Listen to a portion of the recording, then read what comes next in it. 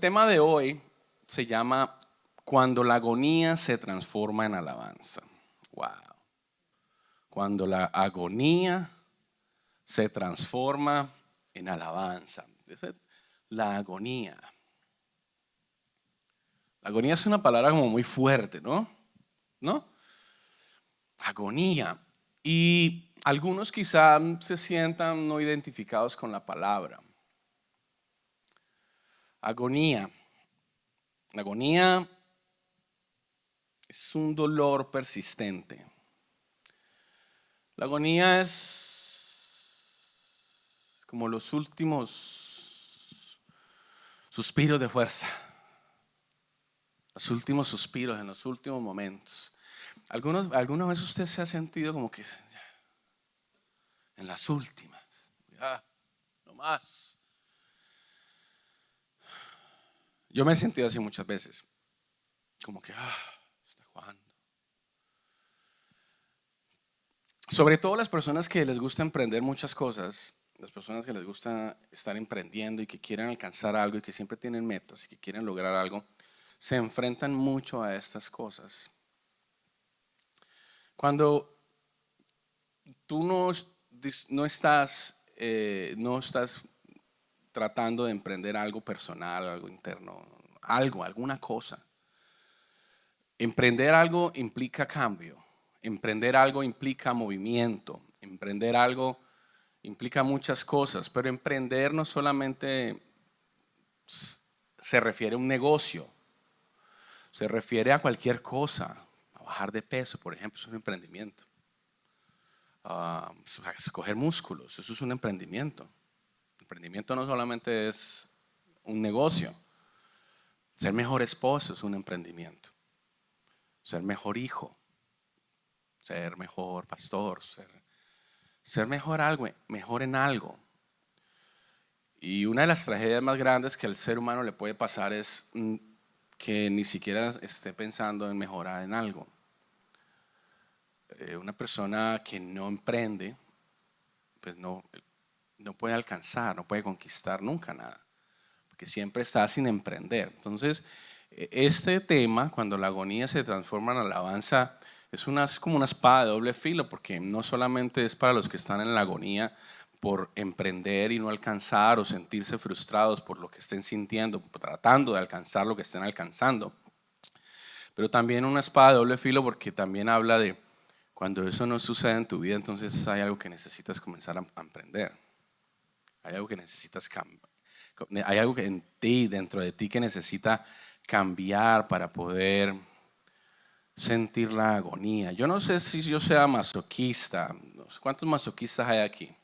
¿Cuántos les gusta que los golpeen? A nadie, ¿no? A nadie. Pero la gente que emprende es un poquito masoquista. Porque emprender implica muchas negativas. Emprender implica mucho dolor.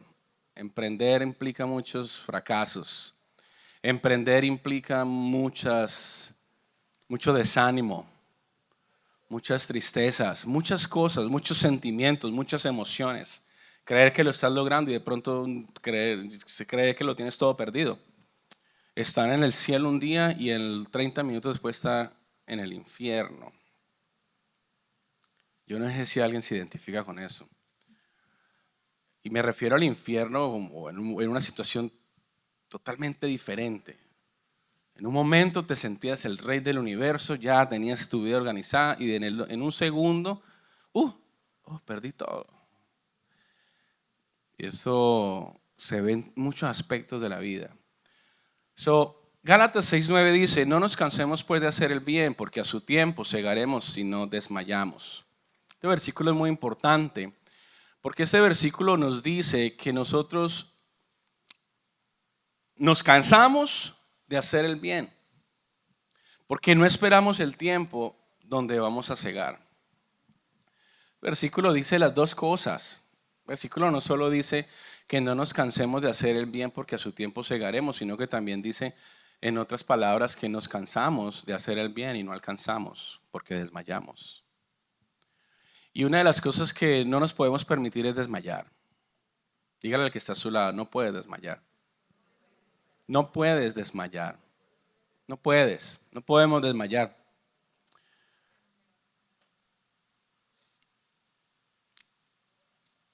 Pero a la vez hay un pasaje de Jesús en el Getsemaní. En Mateo 26, 36, 46. No nos cansemos pues de hacer el bien, porque a su tiempo segaremos si no desmayamos. Pero mire lo que dice Mateo 6, 36, 46. Entonces llegó Jesús con ellos a un lugar que se llamaba Getsemaní y dijo a sus discípulos, sentados aquí entre tanto que yo voy allá y oro. Y tomando a Pedro y a los hijos de Zebedeo comenzó a entristecerse y a angustiarse en gran manera. Jesús se entristeció en gran manera, estaba muy triste, esto hemos hablado muchas veces ya. Entonces Jesús les dijo, mi alma está muy triste hasta la muerte. Quedaos aquí y velad conmigo. Jesús se entristeció hasta la muerte. Yo no sé si usted alguna vez ha sentido una tristeza hasta la muerte. Eso es durísimo.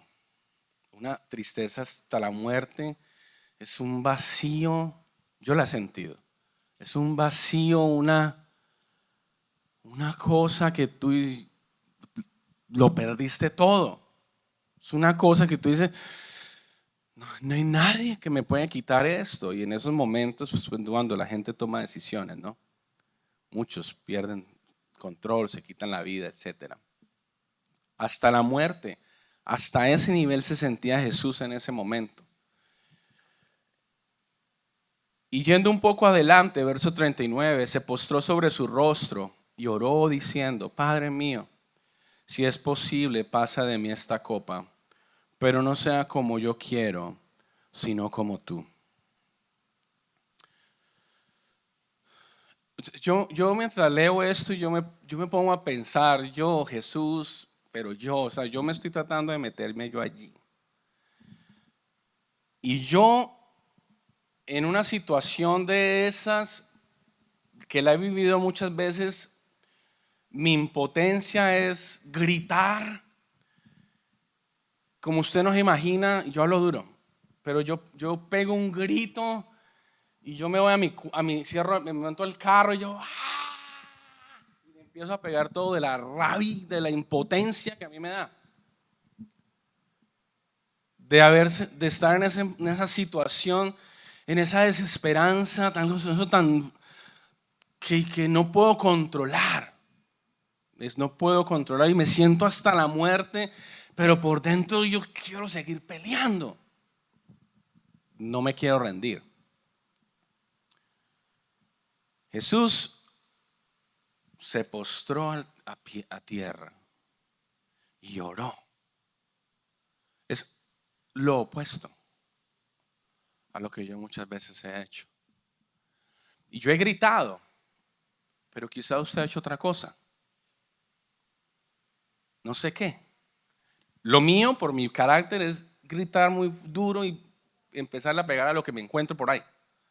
Menos a las personas, ¿no? Obviamente. Me voy por allá, cojo un árbol y lo tumbo a puños, lo que sea, pero obviamente no a mi esposo. Trato de guardar. Cuando llega un punto donde ya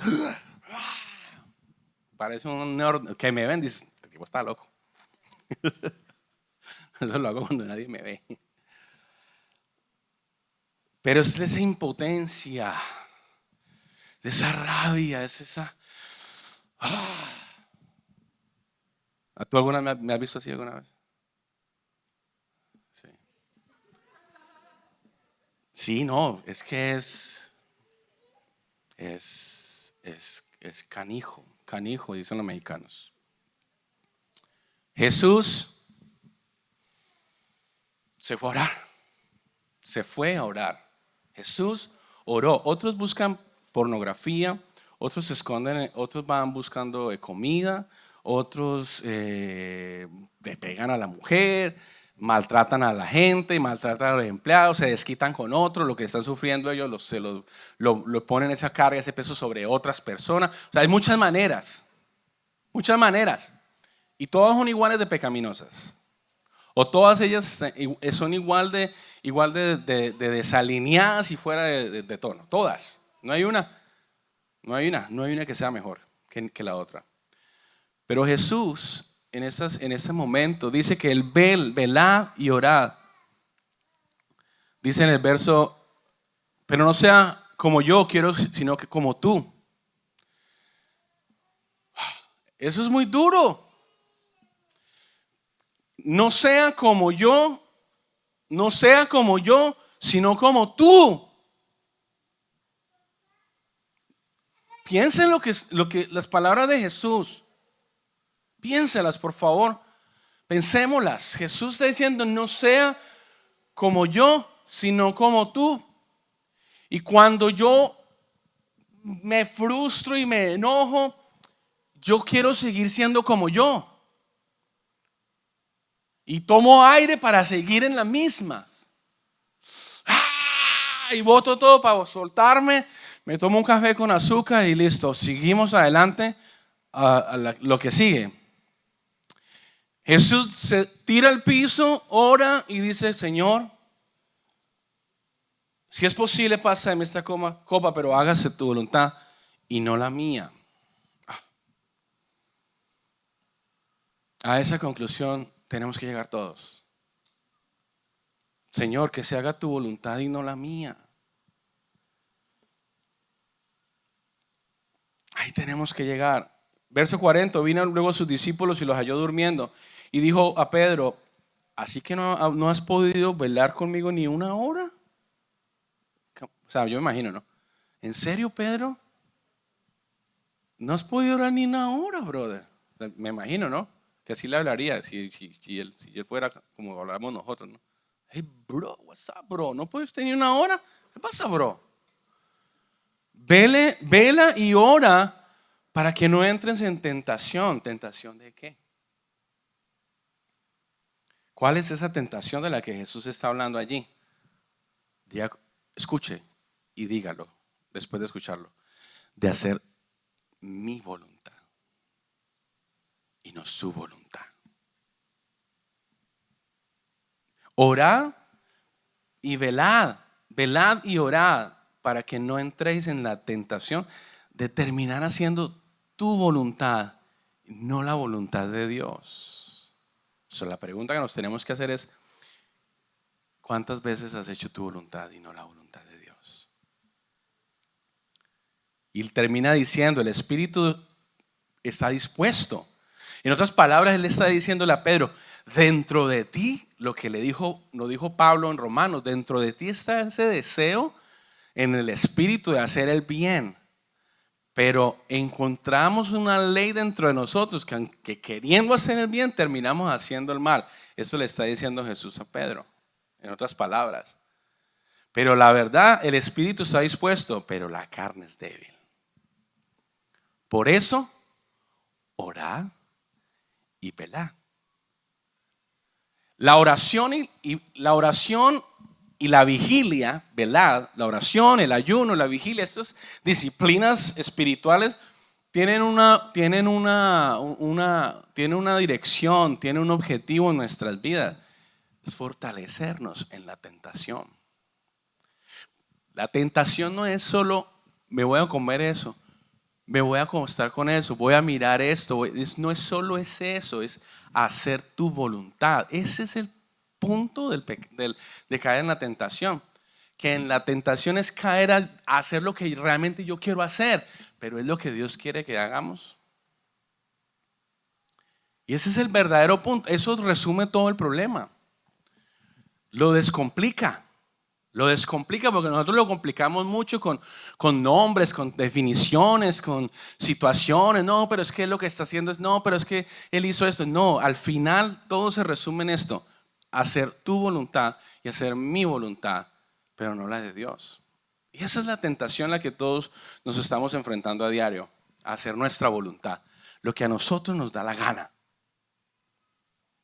Verso 42, otra vez fue y oró por segunda vez diciendo, Padre mío, si no puedes pasar de mí esta copa sin que yo la beba, hágase tu voluntad. Vino otra vez y los halló durmiendo, porque los ojos de ellos estaban cargados de sueño, o sea, seguían durmiendo. Y dejándolos, O sea, en otras palabras, dijo, ya me voy. Y dejándolos, oró por tercera vez, diciendo las mismas palabras. Entonces vino a sus discípulos y les dijo, dormid ya, descansad, ya ha llegado la hora. Y el Hijo del Hombre es entregado en manos de pecadores. Levantados, vamos, ved, se acerca el que me entrega. Todos en algún momento hemos experimentado un Getsemaní. Todos en algún momento pasamos por un lugar que se parece al Getsemaní. El Getsemaní no es un jardín físico, sino un espacio emocional, un espacio espiritual donde la vida nos presiona hasta lo más profundo. Diga conmigo, presiona, presiona. Es una presión. El nombre Getsemaní proviene del hebreo y el del arameo Gad Shemanim, que significa lagar o prensa de aceite. En el Getsemaní era conocido porque ahí había un lugar donde cogían el olivo, que es de donde sacan el aceite de olivo. Pero la manera como producen o como hacen el olivo es metiéndolo en unas prensas y lo prensan y lo aprietan hasta que esa tensión que le están ejerciendo al aplastarlo produce pues, uno de los mejores aceites que conocemos, el aceite de oliva. El aceite sale de la presión. Era un lugar donde se prensaban las aceitunas. Ahora, ¿no te parece interesante que Jesús, el ungido, fue al lugar de la prensa? Donde el aceite de la unción se produce bajo la presión. Allí, antes de la cruz, enfrentó el momento más difícil de su vida. Ahí. Todos decimos, el momento más difícil de la vida de Jesús fue la cruz. ¿Cuántos creen que ese fue el momento más difícil de él? No. El momento más difícil de Jesús no fue la cruz. Claro, era durísimo lo que estaba viviendo, pero es que la cruz, ya en la cruz no tenía remedio. Fueron las decisiones que Jesús tuvo que tomar antes de llegar a la cruz lo que realmente fue importante. Algunos dirán, no, pero se pudo bajar de la cruz. Sí, pero ya él había tomado su decisión desde antes. Jesús el ungido fue un lugar de prensa donde se produce la presión, el aceite. Mateo 26:37 dice que Jesús comenzó a entristecerse y a angustiarse en gran manera. Jesús estaba siendo presionado en el alma, pero esa presión no lo destruyó, lo transformó. Fue en el Getsemaní donde la agonía se convirtió en alabanza, donde la rendición, donde Jesús se rindió y esa rendición se convirtió en victoria.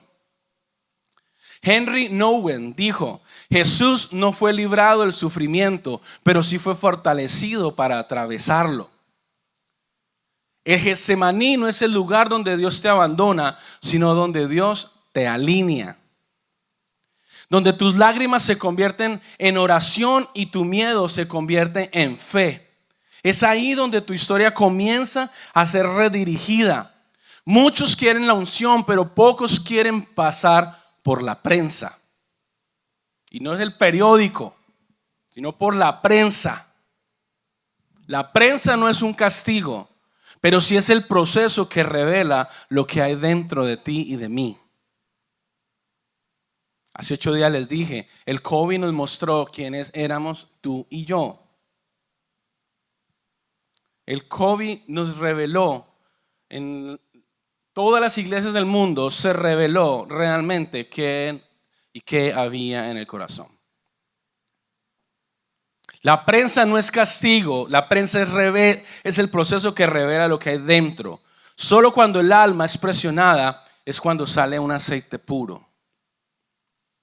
Y hoy te quiero hablar de ese proceso donde la agonía se puede transformar en la más beautiful alabanza de tu vida.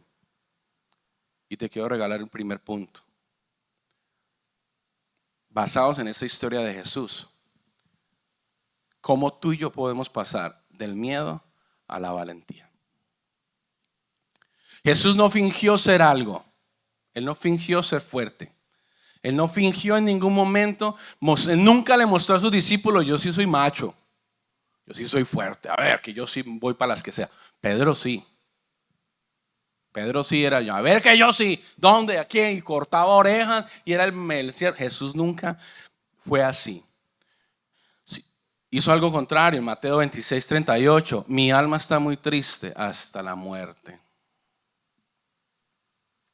Esa frase revela vulnerabilidad, pero no cualquier vulnerabilidad, una vulnerabilidad sagrada. Pensamos que eso es debilidad.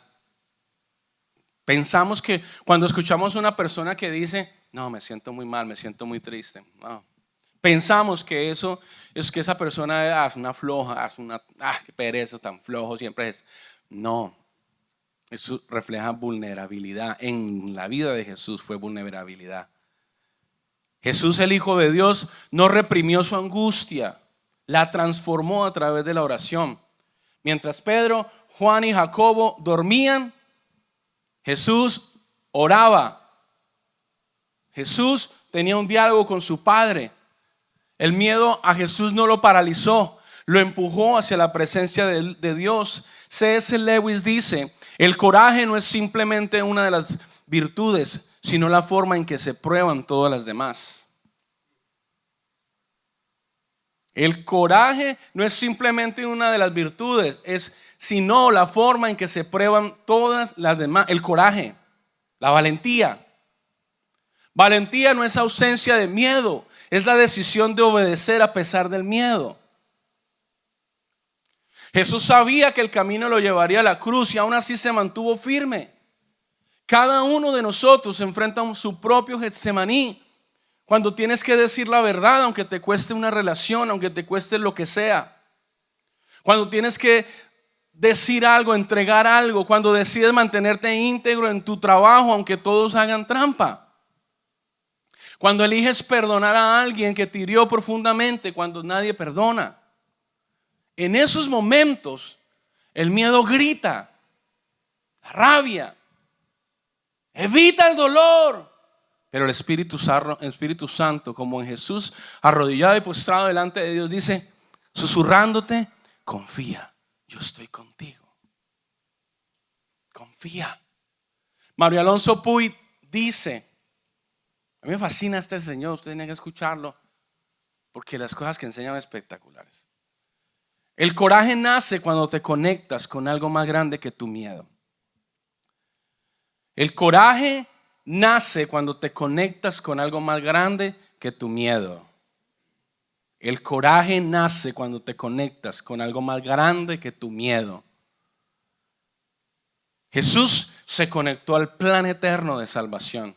Jesús se conectó y su miedo fue absorbido por el propósito. Dígale al que está a su lado: el propósito absorbe el miedo. Su oración es: Padre, si es posible. Esa oración no fue signo de debilidad, fue un acto de sinceridad humana. Y si no, hágase, no se haga mi voluntad, sino la tuya. Eso fue un acto de rendición divina. El coraje espiritual no se demuestra peleando, se demuestra permaneciendo de rodillas. Permaneciendo, dígale al que está a su lado, permaneciendo. Permaneciendo, no, como decíamos en Colombia, no churreteándote. Dile: no te churretees. Vaya a averiguar lo que eso significa. No te churretees. Jesús no ganó el Calvario. Escúcheme, Jesús no ganó en el Calvario. Primero ganó en el Getsemaní.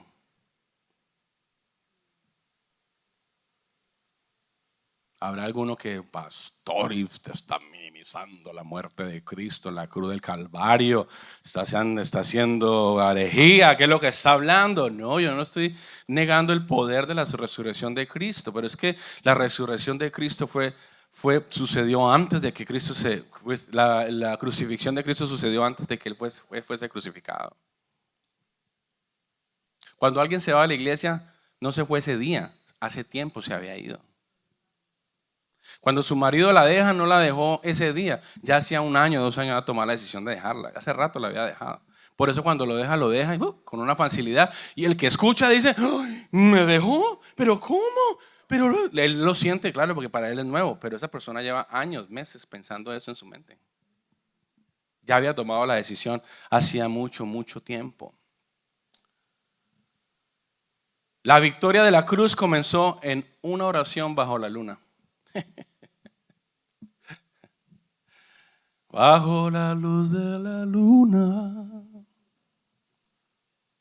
En los momentos donde sientes que tu alma tiembla, recuerda, la valentía nace en la oración y la oración transforma la angustia en paz. Y esto nos lleva al segundo punto. Dios quiere pasarte, transformar, llevarte de la resistencia a la obediencia. Dígale a que está a su lado, no te resistas más. Jesús oró 3 veces la misma frase. Jesús se ora, escuche, él fue a la primera y le dijo, Señor, y oraba, y en otros pasajes habla que estaba tan estresado que su sudor eran como gotas de sangre. Se dice que literalmente sudó sangre, o sea, era tanto el estrés que Jesús estaba viviendo, pero no fue una vez, porque la verdad, la carne no quiere. Fue 3 veces, dígale conmigo, 3 veces. ¿Y tú crees que tú fuiste, oraste y ya? No. Nosotros vamos a orar, ya me sentí bien, listo. No, ya estamos bien porque ya oré y ya me sentí bien, ya estamos bien. No. Jesús fue 3 veces. 3 veces pidió la misma frase. 3 veces pidió que la copa pasara. 3 veces se rindió a la voluntad del Padre. Hay algo poderoso de esta repetición. Jesús no se rindió al cansancio, insistió en su entrega. Insistió en su entrega. Getsemaní fue el campo de batalla donde Jesús dejó morir su voluntad humana para abrazar la perfecta voluntad divina. Y eso, hermanos, es adoración. A.W. Tozer escribió: Dios nunca usa poderosamente a una persona hasta que primero la ha quebrantado profundamente. Cuando uno ora, Señor, úsame. Es una oración. Es una oración beautiful. Porque Dios nos quiere usar, pero primero nos prepara. Jesús fue quebrantado en Getsemaní antes de ser glorificado en la resurrección. Ese es el modelo para nosotros. Dígale a que está a su lado. Ese modelo también es para ti y también es para mí. ¿Por qué? El quebranto procede al poder. Diga conmigo, el quebranto procede al poder. De la quiebra a la libertad financiera.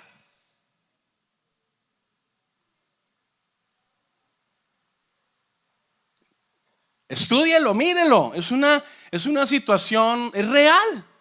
Es algo, es histórica. Todos los millonarios se han quebrado alguna vez. Todos. Tuvieron que quebrarse antes para poder ser millonarios. Ay, entonces me tengo que quebrar yo para ser millonario. Es que hay un proceso en la quiebra que solo tú vas a entender lo que el dinero realmente es cuando lo pierdes todo. Cuando lo quiebra, cuando en el dolor, allí, en el hambre, en la sed, en el dolor, en la desesperación, que tú no sabes cómo enfrentar eso. Es allí, en ese lugar del dolor, de ese sufrimiento, de esa necesidad, allí que tienes esa hambre, que tienes esa sed, donde Dios te puede saciar. No hay otro lugar, no hay otro. Jesús fue quebrantado en el Getsemaní antes de ser glorificado en la resurrección, igual que tú, igual que yo. El milagro no está en que Dios cambie la situación, sino en que Dios cambie tu corazón y mi corazón dentro de la situación. Cuando oras por alguien que no cambia y Dios usa ese proceso para transformarte a ti. Cuando sirves y nadie te agradece, pero tu carácter madura. Cuando obedeces en silencio y aprendes que el propósito de Dios vale más que el reconocimiento humano. La obediencia no siempre se siente gloriosa, no siempre. A veces se siente solitaria, a veces se siente dolorosa. Pero es en esa obediencia donde Dios está formando su imagen en ti, en ti, en ti, en mí. Es en la obediencia, es en ese silencio doloroso. Jesús no fue obediente solo en los milagros, sino en la espera, en el silencio y en el dolor. Pero no queremos esperar, no queremos estar en silencio y mucho menos en dolor. Pero no podemos pasar al otro nivel sin haber pasado por Getsemaní. No hay manera. Oh, yo quiero ser millonario, yo quiero pasar, quiero decirte, vas a pasar a ese nivel cuando hayas pasado bastante sufrimiento.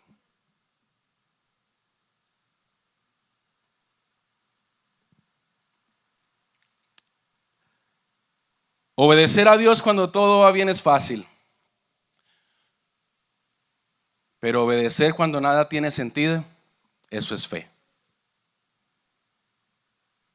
C.S. Lewis escribió: a menudo Dios nos susurra nuestros placeres, pero grita en nuestros dolores. El dolor es un megáfono para despertar a un mundo sordo. El dolor. En Getsemaní, Jesús escuchó ese grito del cielo y dijo: no se haga mi voluntad, sino la tuya. Es esa la frase que cambió el destino de la humanidad. Ahí. Fue ahí. Porque él podía abortar su plan directamente con su padre, hablando con su padre en el cielo, postrado, hablando, teniendo su comunicación. Dios Padre, Dios eterno, no, ya no puedo, yo no puedo hacer esto, no, bye. Esto es muy duro. Eso pudo haber pasado, pero él no hizo eso. Él dijo: pero hágase tu voluntad, no la mía. Porque la redención de Cristo comenzó desde que Él comenzó a decir esto. Él cuando Cristo murió, nos redimió a nosotros de hacer lo mismo. De que entendamos nosotros de que la tentación se vence cuando tú y yo, postrados, le decimos al Señor: Señor, hágase tu voluntad y no la mía. Hágase tu voluntad. La obediencia de Jesús trajo redención para todos. Tal vez tu obediencia hoy no tenga aplausos ni visibilidad, pero el cielo está tomando nota. Cuando tienes esa máquina que está bien buena, está buena, ni cuenta se dieron que la tenía, pero vas y la devuelves. Gracias. Cuando te saliste de la tienda, y aquí tenía la brocha metida, la brocha, te devuelves, pagas tu brocha. Discúlpeme, me llevé la brocha, qué pena. ¿Cuánto vale? 30. Ay, me hubiera sabido, no la hubiera devuelto. Ahí. Y en otras cosas más profundas que esa. Eso es muy sencillo. Muy sencillo es eso. C.S. Lewis escribió, ya lo dije, ¿cierto? Sí, ya lo dije. Sigamos. Obedecer no es perder el control, es ceder el control a quien más sabe que tú. Al que sabe más que tú.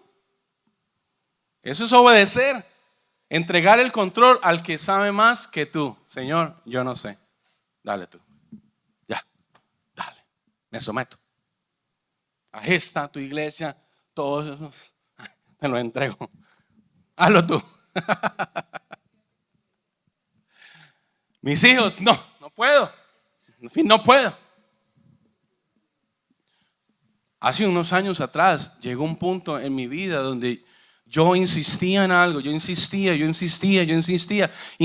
por años yo insistía, no, porque yo quería el control, yo puedo, no, yo puedo. No, llegó un punto donde no puedo, te entrego el control, aquí está el control, bye. Punto 3. Poco a poco la resistencia se convierte en redención y la redención en adoración. Poco a poco. Punto 3. Esto tenía otro título, pero se me olvidó. De la redención a la alabanza. De la rendición, del reconocer, del aceptar, del renunciar, del decir, Señor, no, ya me rindo, yo no puedo más con esto. Cada vez que intento le embarro más profundo me voy en el hueco. Haz tu voluntad, Señor. Haz tu voluntad, no la mía. Cada vez que intento arreglar mi matrimonio, más se daña. Cada vez que yo creo que puedo hacer lo mejor en mis finanzas, se ponen peor. Cada vez que todo es peor. Señor, ya te entrego, te rindes. Te rindes. Jesús, después de orar, se levantó. Pero no como alguien derrotado, sino como alguien decidido. Mateo 26:46. Levantaos, vamos, he aquí ha llegado el que me entrega. Otro Jesús. Ya no era el Jesús que venía cansado, atribulado, ¿cierto? Con ese peso del pecado de la humanidad, eso que tenía que vivir, ese dolor tan fuerte que tenía que enfrentar. Ya él lo estaba sintiendo, ya él se levantó y dijo, no, ya, listo. Le dijo a sus discípulos, vamos muchachos, Jesús no sale de Getsemaní con queja, sino con propósito. Su lenguaje cambia de estoy hasta la muerte, de dolor, a es posible y vamos para adelante. Vamos.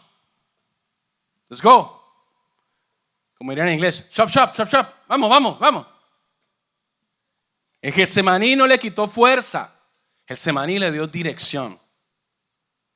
Esa es la transformación más gloriosa. Cuando tu dolor se convierte en una canción.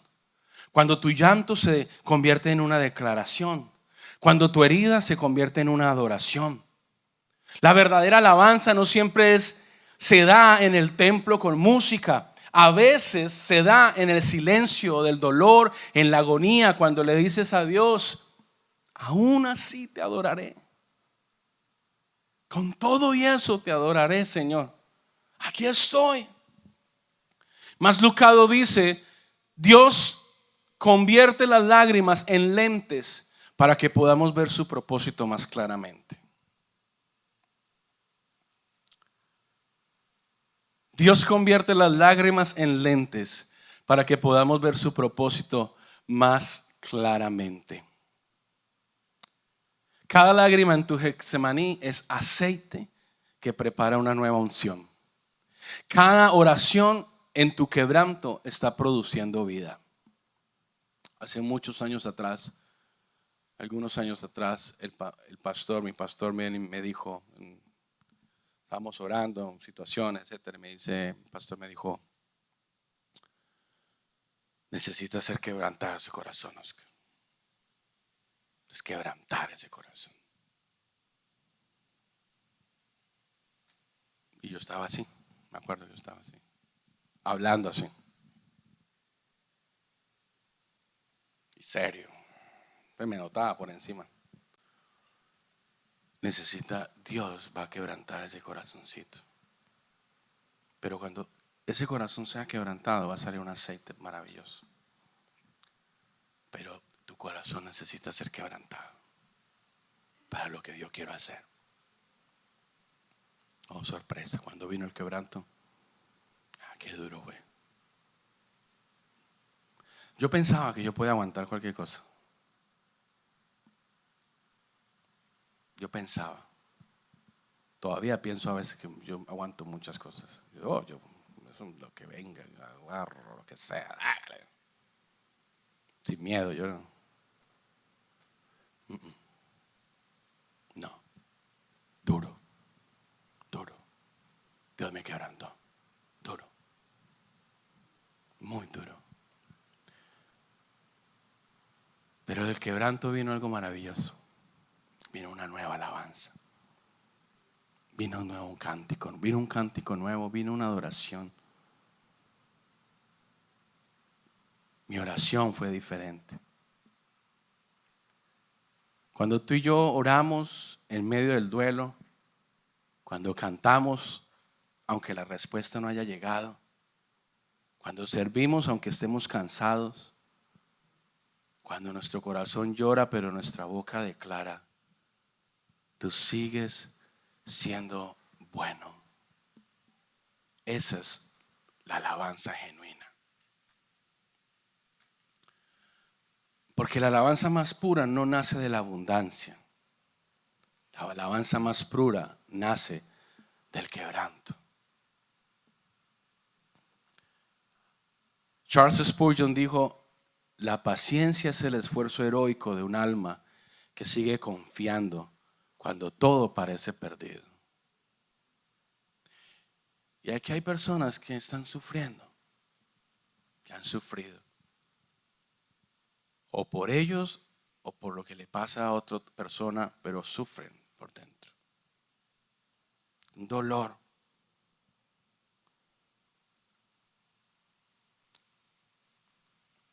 Jesús en el Getsemaní oró.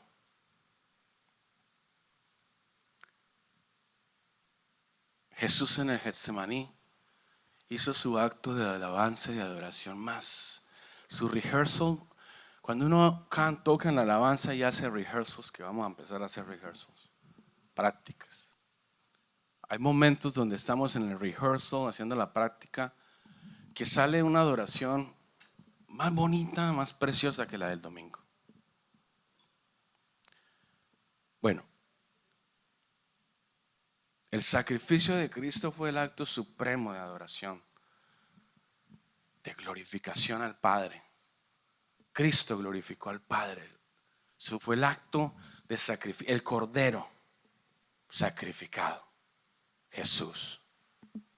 Estábamos nosotros, el Cordero que fue enviado al desierto, el cordero para Belsasar, ese se le dice en el tabernáculo. Había un cordero que escogían, un cordero muy bonito. Y ese corderito era el testimonio, era el símbolo, simbolizaba al pueblo. Y había un cordero sin mancha que era el que escogían, sobre el cual tiraban sus suertes para sacrificarlo. Ese cordero se ofrecía para glorificar a Dios en un acto de alabanza y adoración. Cuando lo quemaban, los inciensos y todo eso hacía parte de un acto supremo de adoración a Dios. Cuando Jesús murió en la cruz, se ofreció a sí mismo como una ofrenda, un olor fragante, grato. Cuando quemaban los inciensos, quemaban las tripas, los órganos, las cosas del cuerpo del cordero, estaban ofreciendo un sacrificio de adoración a Dios. Jesús se ofreció para que el cordero Belsasar, que era el que representaba al pueblo, fuera libre. Todo esto sucedió para que cuando Jesús se ofreciera como un sacrificio, nosotros fuéramos libres. Nosotros somos el corderito a Belsasar, corderito que fue liberado. Jesús estaba allí desde el Getsemaní, comenzando su acto de adoración.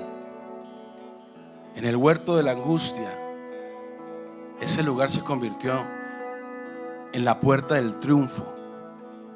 Y tu Getsemaní, esa situación que no puedes controlar, con un hijo, con un esposo, con una esposa, con tus finanzas, con tu salud, con no sé qué. Ese es el lugar de tu Getsemaní. Y el llamado de Dios hoy para ti, para mí, es para que hagamos lo mismo que Jesús. No nos vamos a quejar, no vamos a hablar mal, no vamos a criticar, no vamos a enojarnos, no vamos a despreciar y a llenarnos de todas estas sensaciones, de todos estos pensamientos que no le agradan a Dios, sino al contrario. Vamos a orar y le vamos a entregar al Señor eso con toda gratitud y con toda oración. La presión que hoy sientes es el antesala de una gloria que no te imaginas. Romanos 8:18 dice: las aflicciones del tiempo presente no son comparables con la gloria venidera que en nosotros ha de manifestarse. El Getsemaní de Jesús fue el punto de transición entre el hombre y el Redentor, entre el miedo y la misión, entre la agonía y la alabanza. Así también tu Getsemaní puede ser el lugar donde Dios cambia tu historia. No corras del Getsemaní, no corras de la prensa. Permite que el aceite fluya, permite que el Dios te transforme, que Dios trate dentro de ti, porque el mismo lugar donde lloras hoy será el altar donde adores mañana. Quizás no veas el propósito hoy, quizás no lo sientas, pero lo sentirás pronto, porque Dios no desperdicia ningún sufrimiento. Cada lágrima que ha salido de ti, cada oración que ha salido de ti, cada noche de vela, todo tiene un sentido. Todo tiene un sentido. Todo está dentro del plan de aquel que transforma las cosas en la cruz y en su resurrección. Así que hoy, en lugar de preguntarte ¿por qué? ¿Pero por qué le pasa esto a mi hijo? ¿Pero por qué le pasa esto? Porque esto es ¿por qué? ¿Por qué? ¿Por qué? ¿Por qué? Dile a Dios: Señor, hágase tu voluntad. Hágase tu voluntad. De verdad que no es fácil. Piense en este instante, en esa cosa, en esa persona, en esa situación. Piense por un instante.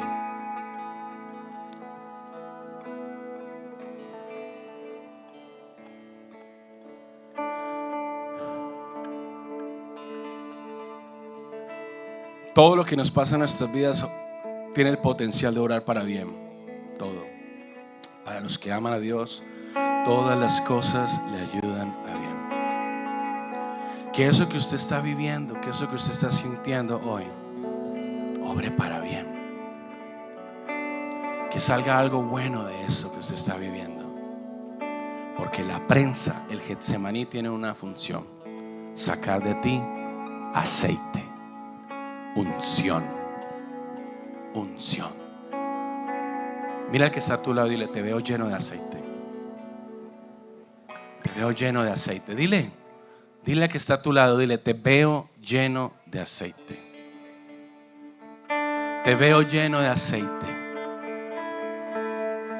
Deja de preguntar por qué. Dile: deja de preguntar por qué. Dígale: deja de preguntar por qué. Dile a Dios: hágase tu voluntad.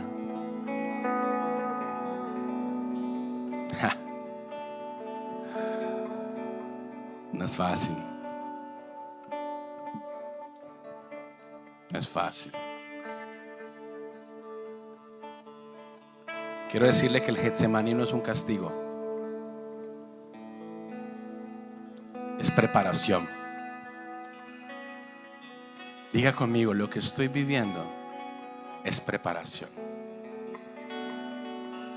Es preparación. Dígaselo. Ponga su mano sobre la persona que está a su lado. Cójanse la mano, si pueden cogerse la mano, y apriétesela duro y dígale: esto que estás viviendo no es castigo, es preparación. Es preparación. De ti saldrá el mejor aceite. Saldrás ungido, saldrás lleno, con propósito. Te levantarás y dirás: vamos, vamos, shashap, vamos, vamos, que nada se ha perdido. En un momento más ganaremos el partido, ¿no? Padre, gracias, Señor. Transforma mi agonía en alabanza, Dios. Transforma mi agonía en alabanza, Señor. Padre, a veces me quiero comer a esa persona con tenedor, con martillo. Me duele. Mi esposo, ay, mi esposo. Mi esposa, qué dolor, mi esposa. Me dan ganas de ir a mirar a otra muchacha, de buscarme otra o buscarme otro. Mi trabajo, lo que sea, ay, me dan esas rabias y me quiero ir a hacer otra cosa.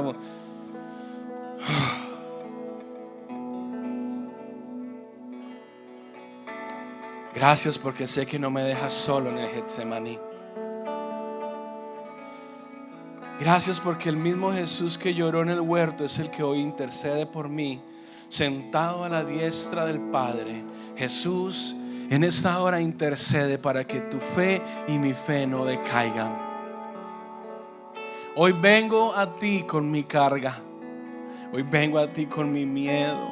Hoy vengo a ti con mi cansancio. Te entrego todo, Señor, aunque no lo entiendo. Señor, transforma mi agonía en adoración. Que mi corazón, aún en medio de la presión, libere ese aceite maravilloso de tu presencia. Haz que mis lágrimas sean una melodía, Señor. Que mi quebrantamiento sea un altar y que mi proceso sea una historia que te glorifique, que glorifique tu nombre, Señor. Redirige mi corazón hacia tu voluntad. Que mi fe no dependa de los resultados, sino de tu fidelidad eterna. Que mi fe no dependa de si mi banco tiene dinero o no tiene dinero, sino que dependa de ti, amado Señor. Hoy declaro que en mi Getsemaní, que mi Getsemaní no es mi tumba, no es mi final, es mi taller, es el lugar donde me formas, donde me enseñas a amar, donde me enseñas a obedecer, donde me enseñas a adorar. Gracias, Jesús, por mostrarme que la agonía no es mi final, que la agonía, Señor, que el silencio doloroso es el inicio de una nueva alabanza, es el inicio, Señor, del propósito tuyo. Que tu iglesia, Dios, tu iglesia, que el que oiga este video, esta enseñanza por YouTube, amado Señor, pueda ser bendecido, Dios, y redirigido a hacer lo que tú hiciste en el Getsemaní. Postrarnos, arrodillarnos, velando y orando, dándote gracias, Señor, pero sobre todo diciéndote: hágase tu voluntad, no la mía. Líbranos de la tentación de hacer nuestra voluntad siempre. Eso que nos dicen las personas: tú siempre haces lo que termina haciendo lo que te da la gana. Que eso cambie, Señor. Que nos digan: tú siempre terminas haciendo lo que Dios quiere que hagas. Hoy, Señor, queremos hacer tu voluntad. Hágase tu voluntad en nuestras vidas. Da tu voluntad, no la nuestra, amado Señor. En el nombre de Jesús. Amén y amén.